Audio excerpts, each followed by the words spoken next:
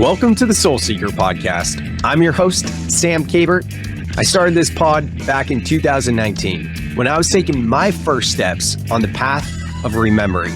And at the time, the tagline for the show was a journey of self-discovery. A year later, it became a journey of remembering.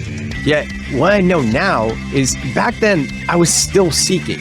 And what I've come to know now is that it's the journey of seeking that brings us the silent, slow stillness of acceptance. And therein lies our own innate wisdom. It's my mission now to eradicate the glorification of hustle culture, as it was my drive in entrepreneurship that led to a greater whole, and that's because I was outsourcing my sovereignty rather than looking within.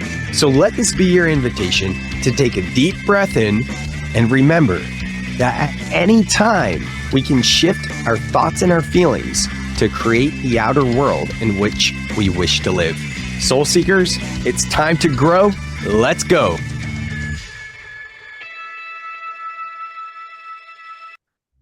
Hey there, and welcome back to another episode of the Soul Seeker Podcast. I am so excited to talk all things spirituality with you guys today, which is perfect for a podcast named Soul Seeker, right?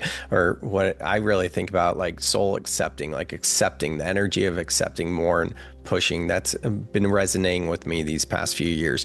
Anyways, though, before we get started with our guest today, Terril Miller, we're going to drop in with 3 simple breaths as we always do. So Terril, for you, for me, for all of you out there in listening land, we can always breathe together. Just be mindful of your surroundings, and you can close your eyes if you're in a space to do so. So Terril, for you, for me, and for those of you that can, I invite you to close down your eyes.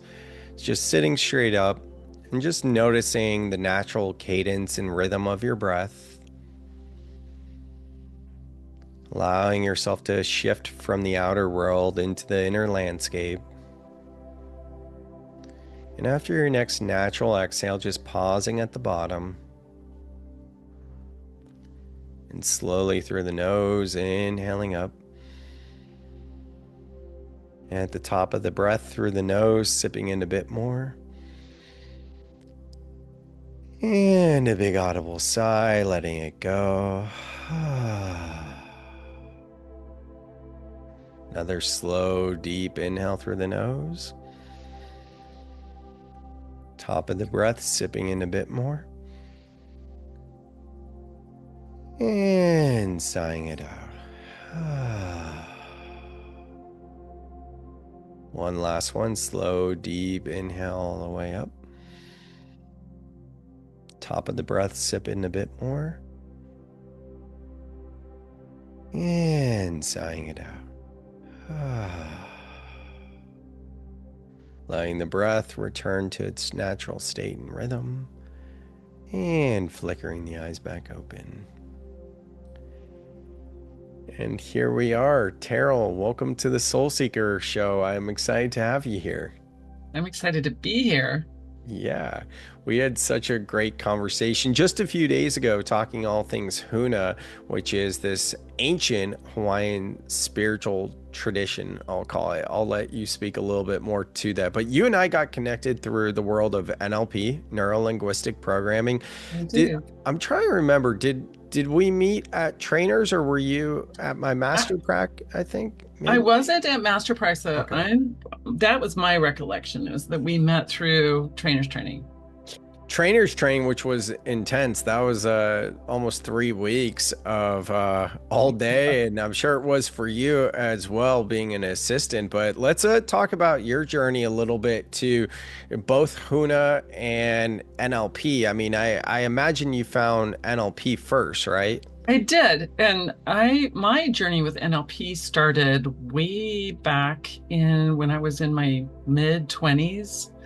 In the mid 80s, I had come across NLP. I was in a show. Actually, I'm a trained professional actor. I was in a show and I was having a really hard time. I hope this isn't too many details. This is great. I love it. I was in this show, and I was the youngest of the cast, and I was playing a older character role, and I was really nervous. It was my first professional show. I was in Denver, and I was having a really hard time. I'd come up to the door, and I'd need to say my first line, and I would be like, Terril, "Hello, you are frozen." yeah. Oops. We're having a Monday. Yeah, we really are. All right, here we are. Okay, so you mentioned you were in a show, and let's start from. This is the universe maybe telling me to like make it a little bit shorter. Anyway, I was having a really hard time during rehearsal, and my director was just freaking out because I would get up to the door would open, and I couldn't say my line. I'd be so nervous, so terrified to say my line. I was just didn't know what to do. And now you're frozen again. Yeah, sorry. Oh, this isn't working right now, is it yet? No. Is it me? I don't know. I can't tell. My internet looks to be good. Now what? It's like I start talking and you freeze. Yeah, this may not be the day, huh? Maybe not. Yeah. Shall I try again? Shall we try one more time? Yeah. Let's try it now. All yeah. Right. It's very weird. Where was I? Coming up to the door. I was in a show. My first professional experience. I was really nervous. Anyway, I'd get up to the door. I would be getting ready to say my first line. I'd be so terrified to say my line. It literally wouldn't come out of my body. So my director was really upset. She's screaming, ah. And she sent me to a guy. She says, I know this guy. He does this kind of stuff. I don't know what it is, but please go see him. And she literally paid for me to see this guy. And he taught me the Ring of Power. So I would be able to throw down my Ring of Power right before I would go on stage. And it used to be, I'd get so nervous, I would nearly throw up. I'd be nearly pass out and nearly throw up. So then with the Ring of Power, it changed my life. I was so able to be ready to go, on stage, do whatever I needed to do. And, really changed my life since then. I didn't like him as a teacher, honestly. And I had thought in my mind, I really like this stuff and I'm going to get back to it someday. And that someday came in 2014. Wow. I had left a pretty intense middle management job and or I hadn't left it quite yet. I was looking for, to get out of it. And I had come across Empowerment Partnership, then now Empowerment Inc. I came across their website and it had a kind of spiritual feeling about it, unlike some of the other NLP offerings. And I thought, well, that appeals to me way more than these other offerings that were like about business and making money. And I was like, Empowerment Partnership seemed right to me. So I went to the prac and I actually left my job 3 weeks later because it changed me so much. And at the time I signed up for Master Prac thinking, I don't know how I'm going to do this. My job is so busy and so intense. I may not be able to get the time off. I'll figure it out. And I figured it out by leaving my job. But it really opened my mind so much. So it was amazing. So I went to Master Prac, and it was during Master Prac that Matt got up on stage, Dr. Matt got up on stage and chanted, introducing Huna. And I was blown away. I just thought, this is amazing, especially the chanting. Mm-hmm. And I had seen the picture, they have the, what do you call that? The thing, the big banner or whatever, the banner. Yeah. And it looked so amazing. But I thought, I think I was sharing this with you. I was like, I have so many certifications and all of this stuff, muscle testing and theta healing and flower essences. I don't need another one. But then after Master Prac, I assist at Pracs just so I could absorb more of the information because they give you so much information. Mm-hmm. So I started going to those, and I went to the one in Las Vegas, and Kumu Patrick, whom you know, he lives in Las Vegas, has a big practice there, and he had come to assist. And we did some vowels together. We just like the preliminaries of chanting, just making vowels together, doing them together. And we grabbed hands and he chanted, and I dropped into, the best I can explain it as a lucid dream where I'm not asleep, but I'm not in this realm. I was not in the room per se. I wasn't asleep, but suddenly I was in Hawaii. And I could feel the breeze, and I could smell all the smells and hear birds. And when he stopped chanting, I was back in the room, and I thought, oh no, I'm gonna have to go. The first time I went to Hawaii, I was like, I've done that. I've been there. I don't need to go back. You talking about Hawaii in general or Huna? Hawaii in general, right? Okay. The first time I went was I've been there, done that. I like the island of Manhattan. I'm a Manhattan girl. I'm a city girl. It's like, this place is great, but 10 days on an island, I'm ready to leave. All right. So that was kind of my first experience of Hawaii. Anyway, blah, blah, blah. Turns out Patrick was doing a level 1 in Las Vegas that November. So it was a spring. And for the listeners, you're talking about level 1 of Huna. Oh, right? Sorry. Yeah. Level 1 of Huna. Yeah. Okay. Huna, which how would let's pause real quick just so everyone's on the same page. If someone's never heard of Huna before, how would you describe it in a couple sentences? Huna really is just the study of ancient Hawaiian healing practices, is how I think of it. It's the way the families lived. It was how they lived their lives. And for instance, when they were first discovered, they noticed that none of the natives had any kind of issues. They had no health issues. They had no mental issues. The whole community took care of each other.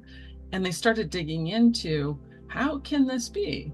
And they watched them and realized that they had a whole system which they were working in, which kept everybody very, very healthy on all 4 bodies, in their physical body, mental, emotional, spiritually. They were all very healthy and didn't have illness.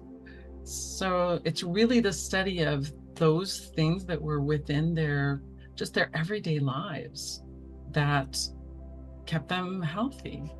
And that over the years, things that have happened to Hawaii where the settlers, the colonists came in, if that's okay to say, came in and did the business of converting everybody over to Western ways, forbade them to dance hula, which is a deep part of their spiritual communication, the hula dance. Forbade them to use their language, put them in schools where they had to speak English, and they were punished if they were, talked of these healing practices, used the language, all of these things. And they very quickly were beginning to disassociate them from how they had been for hundreds and hundreds of years. So now we're in a place where we're coming back to being the placeholders, really, those of us that are practicing these ancient healing practices, in order to pass them on and bring them back into, the regular community, not only in Hawaii, but to share them with others, because it's deeply supportive of a more holistic life in our current modern ways that we are. Does that describe it a little bit? It used to be known as ho'omana. I know it used to be known as ho'omana, and Huna literally means like like not forbidden, the it's the Secret. hidden knowledge, the hidden, um, That's that perfect. which Yeah. we don't speak about. Yeah, So that's perfect. Thank you for the context. So there's like a level playing field for someone who hasn't heard about yes, that before. And now to go back to yeah, your journey with getting into Huna, is this back in 2014? it was 2015 that I 15. went to my level one with Patrick, and I did it because I thought, I don't have to leave the mainland. Hmm. I can just get it out of my system was what I was going to do. Is just, yeah, get rid of this. I'm sure it's like everything else I've done. And uh, it turned out to be so much more. It was almost as if the teachings that I'd had before were parts of the Mm. whole that I discovered through Huna. And I think that's partly because Kumu means teacher. He's our main teacher. There are other Kumus. I mentioned Kumu Patrick. He's a teacher in this same group. Uh, that Kumu really was, he really tends foundation and very simple, the simple things that create your foundation. And he's always bringing us back to, I've been going 10 years now. So I've been going about every 6 months for 10 years or almost 10 years. Wow. But he always is bringing us back to remembering our values, not only for our group, but our personal values, connecting to those foundational things that really create the base on which you grow everything else. And I think that for me has been life-changing. I feel like I know myself. I feel like I can handle almost any situation because I depend on myself. I stand in my light. That's amazing. I don't know what else to say about it. I don't want to sound like a commercial, but Yeah, yeah. Well, I mean, we're not here so to much. talk But about it's not so much a commercial. It's here to share some of the high points and unpack it. And I mean, you know, I had my spiritual awakening experience in 2019, and like a lot of people that go through these dark night of the souls, which is never just a night, usually it's weeks, months, etc., yeah. we're grasping for all kinds of different things. And I mean, it took me 5 years after that point to just find NLP, you Mm. know, right? And then Huna came after that. And had I had something like Huna when I first was going through the dark night and the spiritual awakening experience, I think I was in a really good place back then to receive Huna. You know what I mean? So it's not so much about like, hey, this is the end all be all. It's just like, here's another thing. If you feel called to look into it more, great. If not, that's cool too. But I mean, I'm diving into a lot of different Huna teachers outside of just Dr. Matt, and just seeing different perspectives and takes on Huna and just being super fascinated by it, you know? Yeah, you had mentioned that the other day, and I think that's awesome. And that there are different families that have different ways in which they approach the healing arts, the ancient healing arts that have been passed down through the families. But I'll bet you find that there's a through line of similarity because Hmm. there were similar ways in which there are,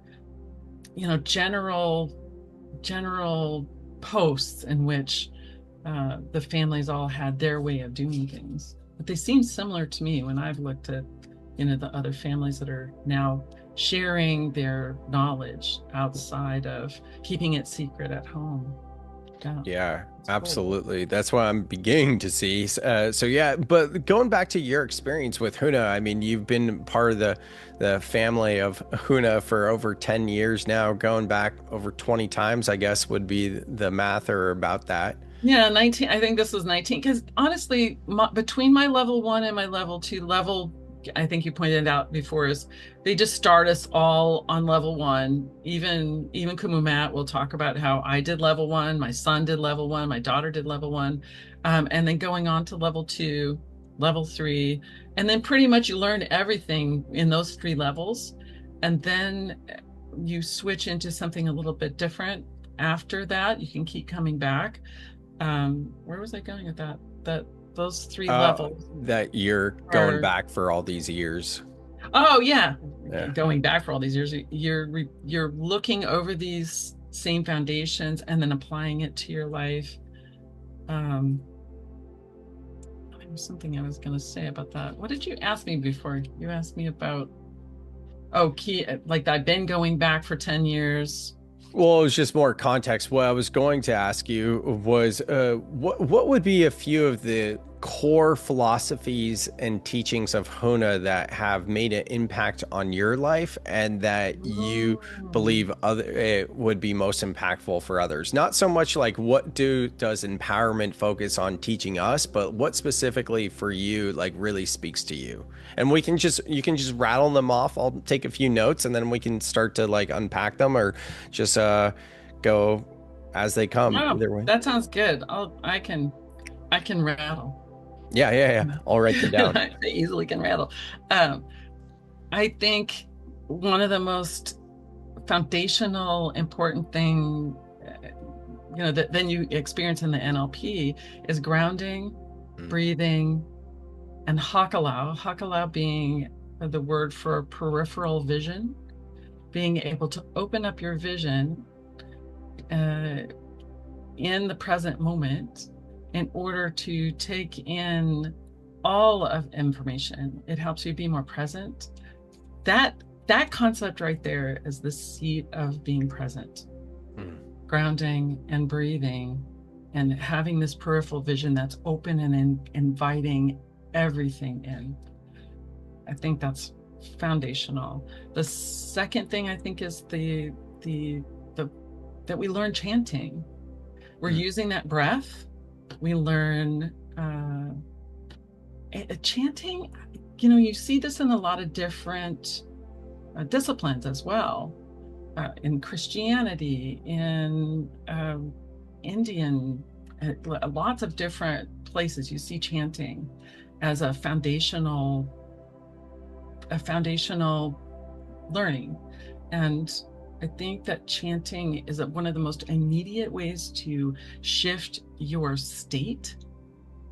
You can take yourself from a closed down state to an open state in minutes by using your own voice, your own body. You don't have to chant loud. It can be very immediate, the effect on using your own physical voice to change your state, to at least bring you to a baseline, like you're neither, feeling either dark or closed down like you were before. You might not necessarily, be elated, but you're in a space where you then can make choices and move forward. I think those are really important, two really important things that you learn in Huna. We go over some different laws, like they're really about physics, but cycles and rhythms. We talk about cycles and rhythms, correspondence, cause and effect, and creation are the main ones. Laws of Huna. Those are the four major ones. I think there's like 36. I don't remember how many there are. There's a whole bunch of them, but they're really all related to these four. And the idea is if you master these laws, and especially these four, that it transcends tools. It transcends everything else, any other tool that you might learn. How is that the case? Because that's interesting. If I'm hearing you right, you're saying if we cognitively embody these laws, then there's no need for techniques. Is that right? Yeah, techniques, that's the word. Tools, techniques, whatever. Yeah. I think that really the idea is that you, on all four bodies, the four bodies being spiritual, emotional, mental, and physical, that you have a 100% congruency of not just a knowing, but that you are practicing at least these four. These are the four main ones that when you go to respond in the world, that it's through these four laws. So would you say that the technique or a tool would get us to a place of being congruent, or in Huna world, we would say pono, to be right with yourself in the world, right? To be aligned. A tool is to get you to be aligned. Yet if you are if you're embodying the law, that will naturally get you pono, aligned and congruent. Is that what I'm hearing? That sounds good. That sounds good. Yeah, because I think the whole idea is to be, to be pono. A tool or a technique is basically someone saying like, hey, this worked for XYZ, whether anecdotally or scientifically, it's been studied, but this works to get you to a specific place. That's what like we use tools and techniques for. Whereas the idea of embodying the law is by embodying it, you will naturally find your way there with your own tool or technique. That's what I'm hearing from you. And I don't think I've ever really thought about it like that before. Yeah, two things come to mind are the NLP, or at least I learned this in NLP, that idea of unconscious incompetence, conscious incompetence, conscious competence, and then unconscious competence. Yeah. The idea that you don't know what you don't know. And then once you have a consciousness of it, like tying your shoe, you have to pay attention. You have to breathe. You have to go very slowly to get it right. You may have to review or have somebody help you, right? And then you get to the point where you can do it while you're talking on the phone and making pancakes. You can tie your shoe at the same time. You get to that point where you don't even have to think about it. Like, I think it's about, literally embodying it so that it's functioning. One of the things that I'm thinking of is the cause and effect, which is, that idea that you're literally responsible for everything that's happening. Your response to it, even the fact that it's happening to you, that you're noticing it. If you're coming from a place of really clearly, fully, all the time, that you are creating your experience and choosing your experience. I still have, that weekend or a couple of days or maybe a week or maybe, some different things have different lengths of time. It may even be an hour where I go, oh boy, I'm triggered. I'm mad. I need to go away and reconcile this, that I have still periods of time. But what if we didn't, it was instantaneous, that we're choosing, okay, this happened. Great, fine, perfect. We're staying pono. I think that's what you were saying. We're staying pono. Like, how amazing is that? How amazing is our world? We don't have to spend that energy or time bringing ourselves back to that place of what is. Yeah. That makes sense. Yeah. The reason why I asked you the question about because I've heard that with the laws of Huna, like if you nail these, you don't need tools or techniques. And I haven't reflected on that till just now. And a lot of times I feel like in my line of work, our line of work, NLP and this type of stuff, we discount cognitive, right? We're more like it's got to be felt and experienced. So it's interesting, the path to Huna could be through the cognitive understanding of the laws, because once it's cognitively understood, to your point, it becomes unconscious competence, where it just is, it's embodied. So, and that's what had me be like, okay, a lot of times we talk about tools and techniques and all that. And I mean, I love all tools and techniques. And I never really put together that it's like the tool and the technique is almost like training wheels to get you to the state. But if you cognitively understand the laws and you embody them on an unconscious level, you will naturally have your own tools and techniques to get to that place. And you may not even need any tools or techniques. Yeah, And that's beautifully put, Sam. I think it's on a conscious level, or uh, what was the word you used? On a mental unconscious, level, on cognitive. a cognitive, that's it, which to Yeah. me is like mental level of consciousness. Yeah, I know for Yeah. me a lot of times I discount like one of my main things is the reason why we're in a mental health crisis is not because we're uncomfortable in our thoughts, it's we're uncomfortable in our feelings. And when we learn to regulate our nervous system and feel the feeling, then the thoughts clear out naturally, you know?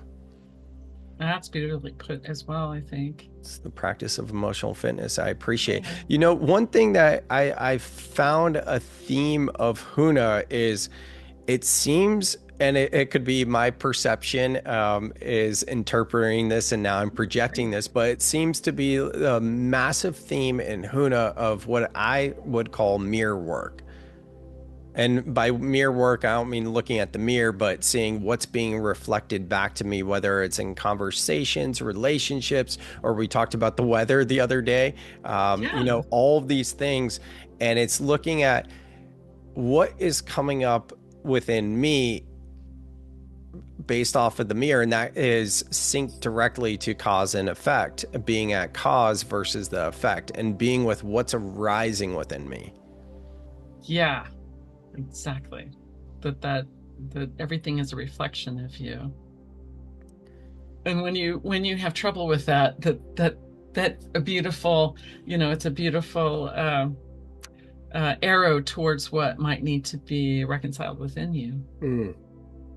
I think It's that touches on another thing that I think has been really life-changing for me out of Huna, which is the Hawaiians celebrate when baggage comes up. Baggage being that which needs to be reconciled, that's which you've been kind of stuffing down and haven't dealt with yet. The unconscious mind offers it up, and the Hawaiians go, "Yay, awesome! This is great. You're going to get rid of that." That was a big change for me, because I think from talk therapy, so much talk therapy in my life. You take it and you examine it and you turn it around and around and around, and what is this and how long have I had it? And Huna very much says, you don't need to know how long you've had it. You don't need to know where it came from. Sometimes that information does come to you and it's valid and relevant, but most of the times it's just like, yay, baggage, let it go, done. And that was a big change for me. I love that so much. And I think that's part of the reason why I feel like drawn to Huna, because a few years ago, before I ever even knew Huna existed or did any NLP trainings, when I was going through one of the most challenging times in my life, I adopted what I called the game time mentality, which I might have shared with you last time we spoke. But the basic idea is like, what's the point of learning about doing the work if you're not going to apply it when it matters most? Like, I'm a 90s kid, a basketball fan. I remember Michael Jordan being interviewed back in the day. And he's like, of course I have fear, but I attack that fear on the court. So that's kind of the idea of the game time mentality of, the baggage is coming up. Let me apply everything I've been learning in terms of doing the work, because this is the time to utilize it. And one thing that I've found is that another reason to celebrate when the baggage is coming up is it's so much easier to confront it when it's right in front of you. When you're living through your life and you're like, oh, something's kind of off, but I'm not sure what it is, it can be really challenging. And maybe that's a limiting belief, but it's from lived experience, at least with that belief and decision for myself and with my clients as well. I've seen that it's more challenging to work through something versus if it's right in front of your face, you're either going to be the victim or you're going to adopt that game time mentality. And as the Hawaiians taught us to celebrate that it's right in front of you, right? Hey, it's Sam. Can I share something real quick that I think might actually help you? If you've ever felt overwhelmed by your emotions, like you're doing all the right things, yet you still feel off, it's not because you're broken. Most of us were never taught how to feel in a way that actually helps us heal. That's why I created Breath Club. a free community where I guide weekly breathwork sessions to help you regulate your nervous system, process emotions, and return to clarity. We use something called the 90-second reset, a simple, science-backed practice that shows how fast emotions shift when you allow yourself to feel them fully. You'll get access to live calls, a community, and on-demand breathwork exercises to reset anytime. No pressure, just an invitation to feel safe in your body again. Links in the show notes if you want to join us. Yeah. Well, and you're touching on something too that I think is really important too, which is you need to get yourself out there. You know, we were talking about that the other day, taking action and, setting goals and taking action.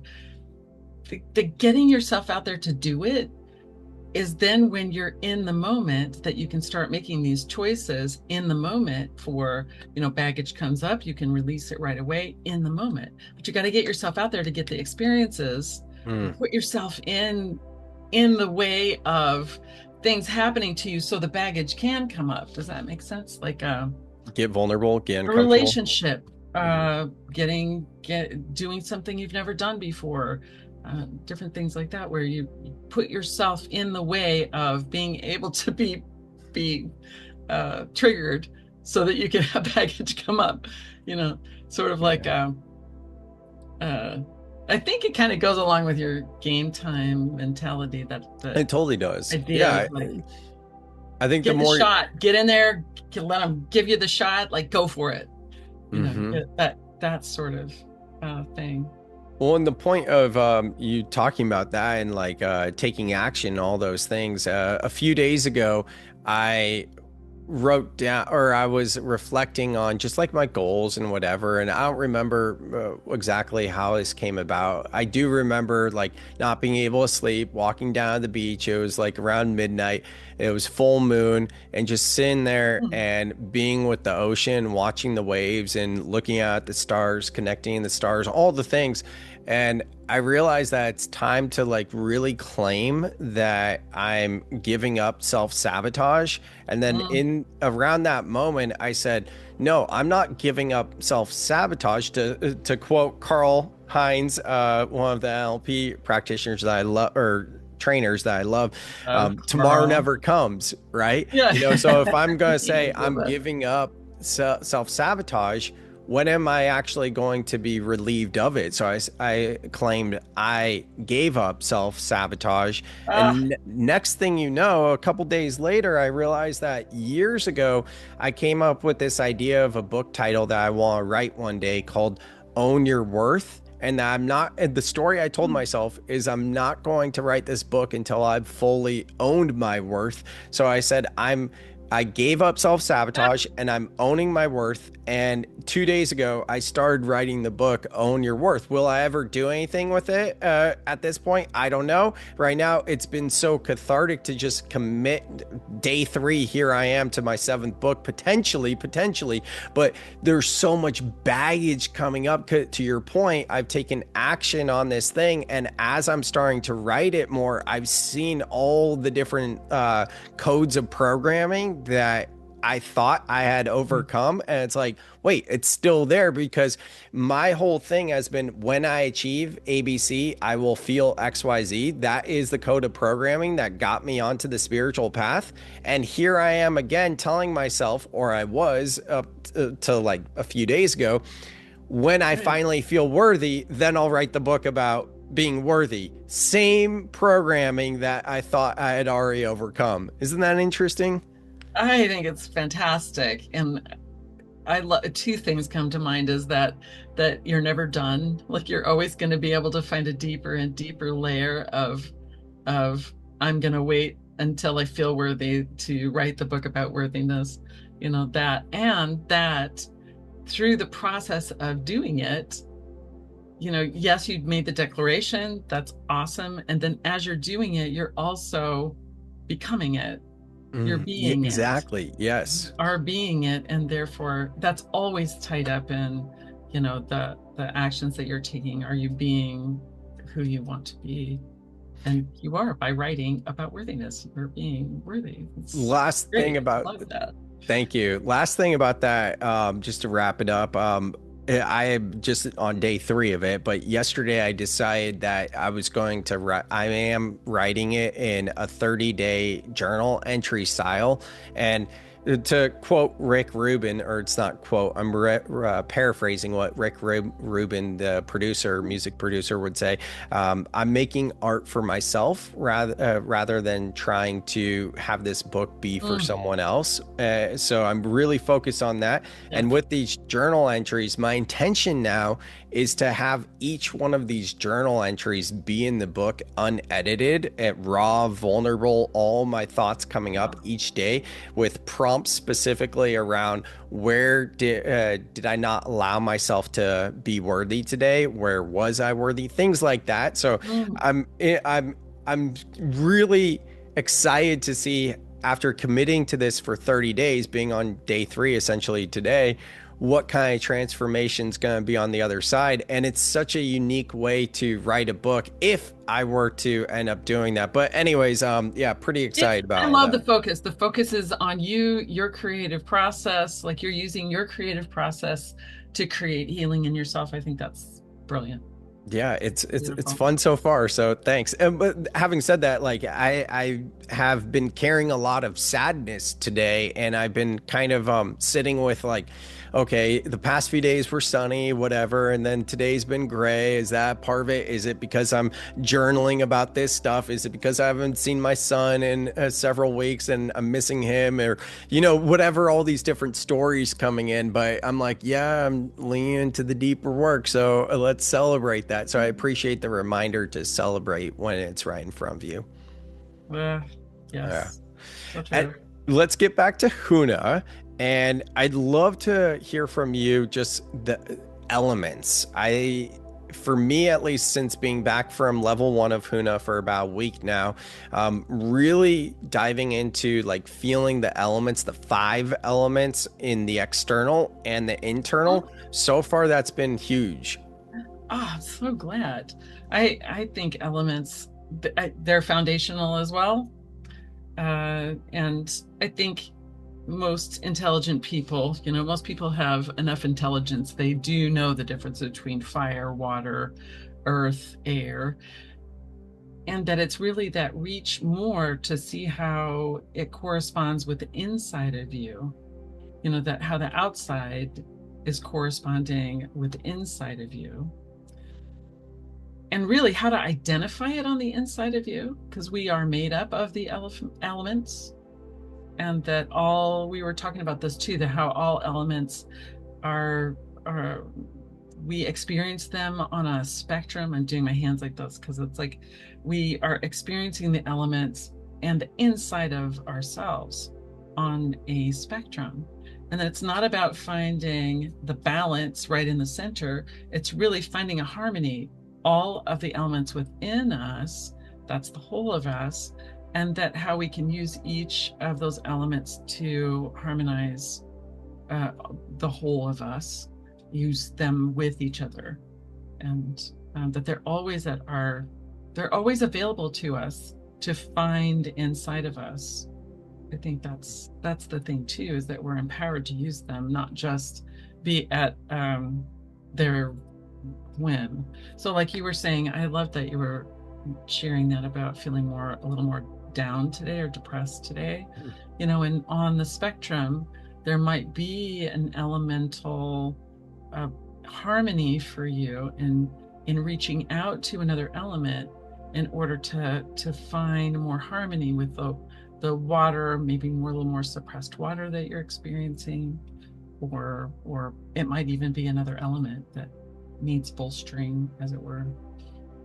Yeah, let's take that example, because I think people can apply that to themselves, because when we say from a very high level of like connecting with the elements within us, there's going to be some people that are just intuitive and be like, oh yeah, totally. But there's probably a lot of listeners being like, how do I connect to an element within us? So what would you say is like a good practice for someone just starting off to look at the elements within themselves? I like, if you think, I should have a visual at this point, but if you think of on a cross, that at the top is air, that if you're looking at it in front of you, standing behind it, that the water is to your left, and that to your right is fire, and at the bottom of the cross is earth. Earth is made up of all the other elements, and that when you look at air on the top, with fire and water being on the other side, and earth at the bottom, the element that is next to the element, it's not the one that's across, it's the one that's next to you on either side, right? So air element, maybe too much air is like chattery, not being able to keep a thought, not being able to, your brain is just going and going. You might need more fire, or you might need more water on either side in order to balance that element. How that element is expressing inside of you, maybe that sounds, that's more tangible. How water expresses in yourself is going to be your emotional life. What is going on emotionally? Are you feeling like you're able to go with the flow of things? It's not just like an imbalance of water is going to be, could be depression or feeling sad, but it also could be like elation, like a lot of emotion that's overcoming, that's really feels good, but there's a harmony that needs to come within that too, right? Because those are on the either side of the spectrum of emotions in water. So like a grounded enthusiasm. Yeah. So water goes to earth. You can exactly ground it, or it might need more of the mental realm needs to be, mixed in. And I guess we should have started this with air would represent your mental body, water would represent your emotional body, earth is your physical body. And we talked about grounding, breathing, hakalau, which incorporates, like, to me, all of the elements. Fire, which is your spirit or your motivation, or, getting up off the couch and taking action. Your interest in doing things, that kind of thing. Should have said that first. Those are what the elements represent. And then there's the fifth one, Keave. Oh, the Keave, yeah, which is spirit, which is all potential. It's the it's creation, right? I like to think of it as pure potentiality. It's a potential for, it's infinite potentiality. And then in the Hawaiian belief, that exists with the po being nothingness. The void. So the po being the space, the void, right? It's the space in which the pure potentiality can come about. There's a space for it to gather everything that it needs in order to become manifest. Right? So they kind of work together. Let's go there in terms of the Keave process. But before we do, fire, spiritual. I was looking at my notes from my book from level 1 as you were describing. And I was like, wait, did I get that note wrong? That fire is spiritual? And then you said, fire is spiritual, which just for everyone again, air is mental, water is emotions, earth is physical, and fire is spiritual. So my question, because I'm still learning all of this, right, is Keave. Like, to me, Keave would be spiritual, the potential of the infinite and is and isn't. It's not spiritual. I'm not shaking my head. No, it is, and it's everything else. The elements are actually in the po. So the actual elements, as Keave comes out of Keave and into the nothingness, into the space, this is how I understand it, is that is where the elements are, and the elements can be gathered as needed in order to manifest. You think of the pure potentiality as like the spark, the I think of it as like it's the Big Bang, right? Yeah, it's that when did the movement begin? You know, like the beginning of the movement of this is interesting to to explain it more than I just always think of it as it is the idea that anything can be created. It's the energy behind whatever gets manifested. It's the very energy. You know, so, and we talk, you experience this maybe the first day or second day, maybe second day of Huna is a process by which you go deeply into the cells, you know, and then into the electrons, and then into the center where there's total nothingness. And then into that is pure light, that they have found that scientifically, that the very center of the center of the center so far of cells and atoms and right down into the very depths is pure light. So if you think of the Kyave as being that pure potential, pure light, and as it travels into the Po, it collects everything it needs. It's sort of like the dream time. You know, that there's a consciousness, and that the dream time collects what will this specifically be. Then when it comes to the edge of the universe, it comes to the edge, it then is manifested into the dichotomy.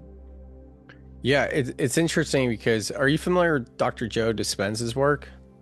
I'm familiar with him in very basics of his work, yes. It seems like his model of like the quantum and creating from the field itself is like the scientific lingo of the Kyave process that you just described. Yeah, probably. But Yeah. So, I mean, here's the thing. There's all kinds of different paths to get to the same place, right? You know? exactly. And I think that the interesting thing is this is how the Hawaiians have thought about it or their world for thousands and thousands of years. And I love how the science then just says, yes, okay, we've done all this experimenting and this is where we are. And you can see how they are interconnected or how they reflect each other. And you know, it. a lot of people need the science to like cognitively understand it to put them at ease and let the defense walls to go down.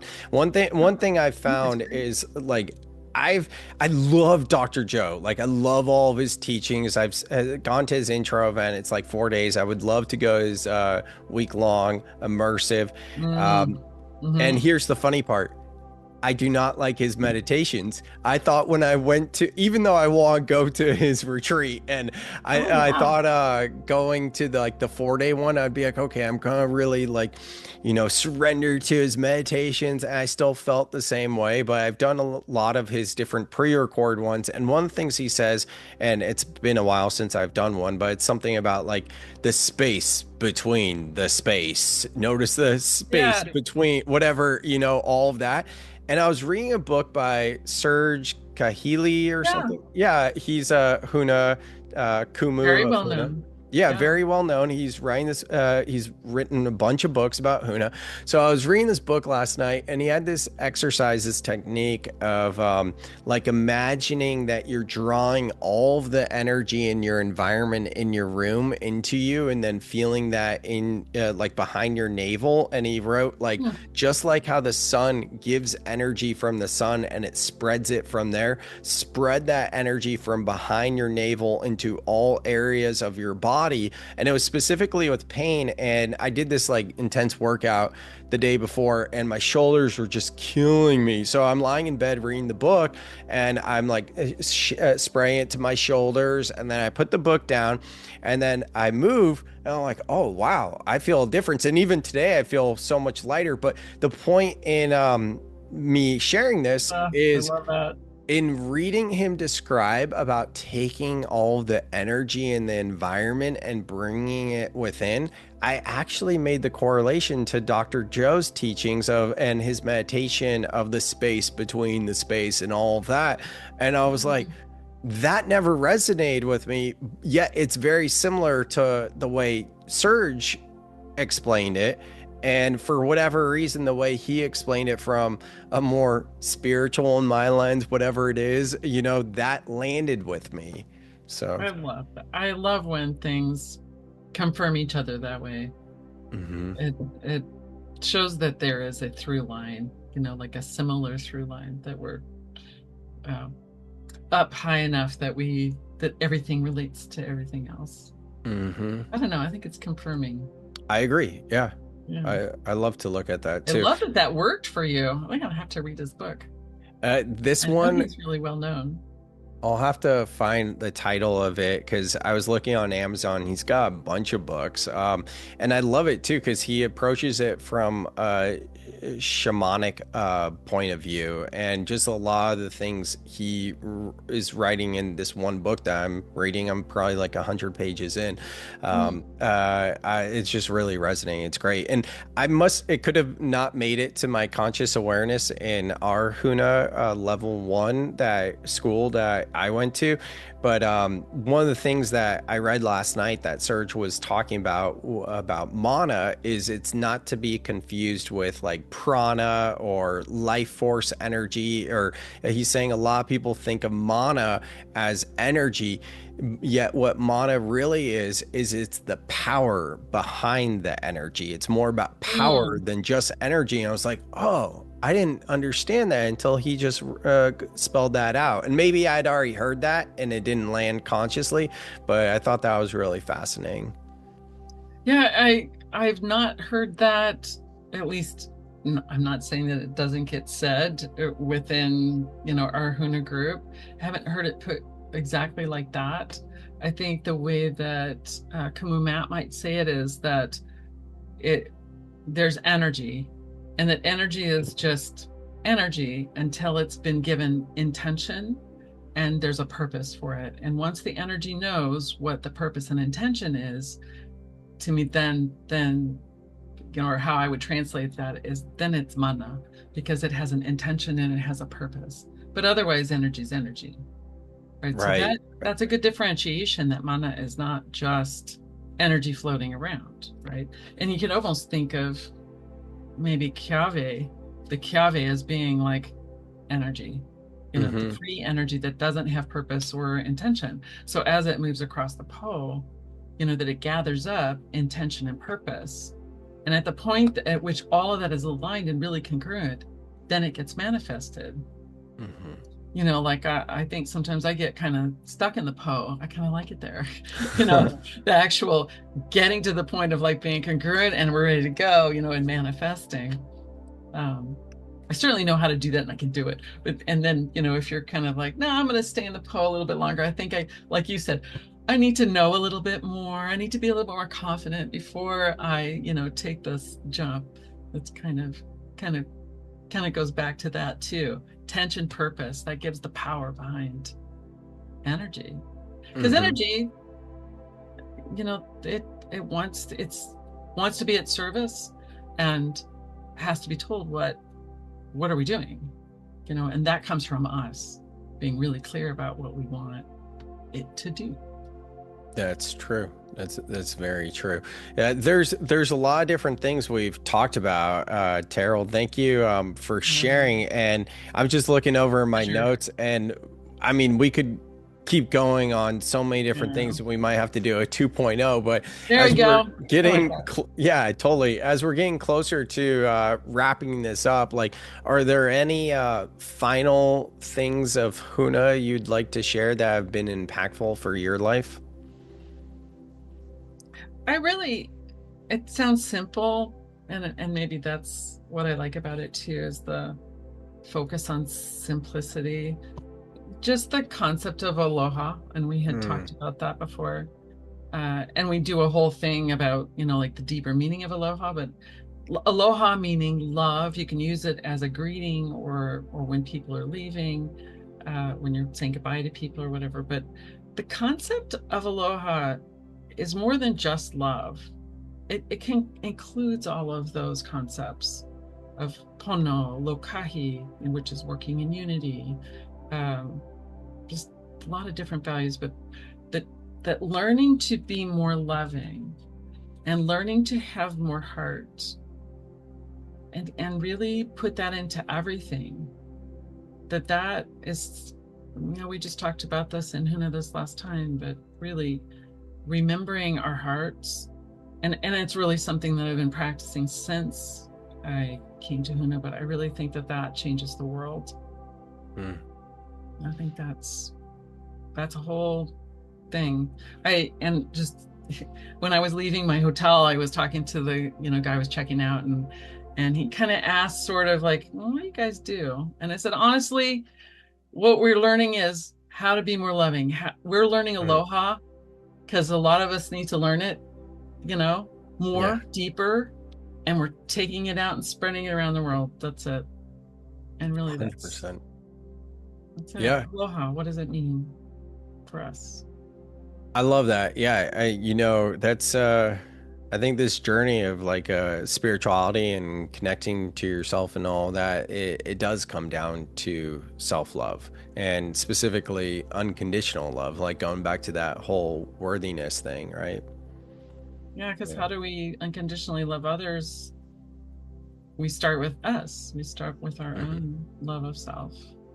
You mentioned that you were looking at my book, Soul Life Balance, right? Oh, yeah. And I honestly, I'll admit, I didn't realize that you'd written, what did you just say? 7 books? You've written 6. 7? Yeah. 6?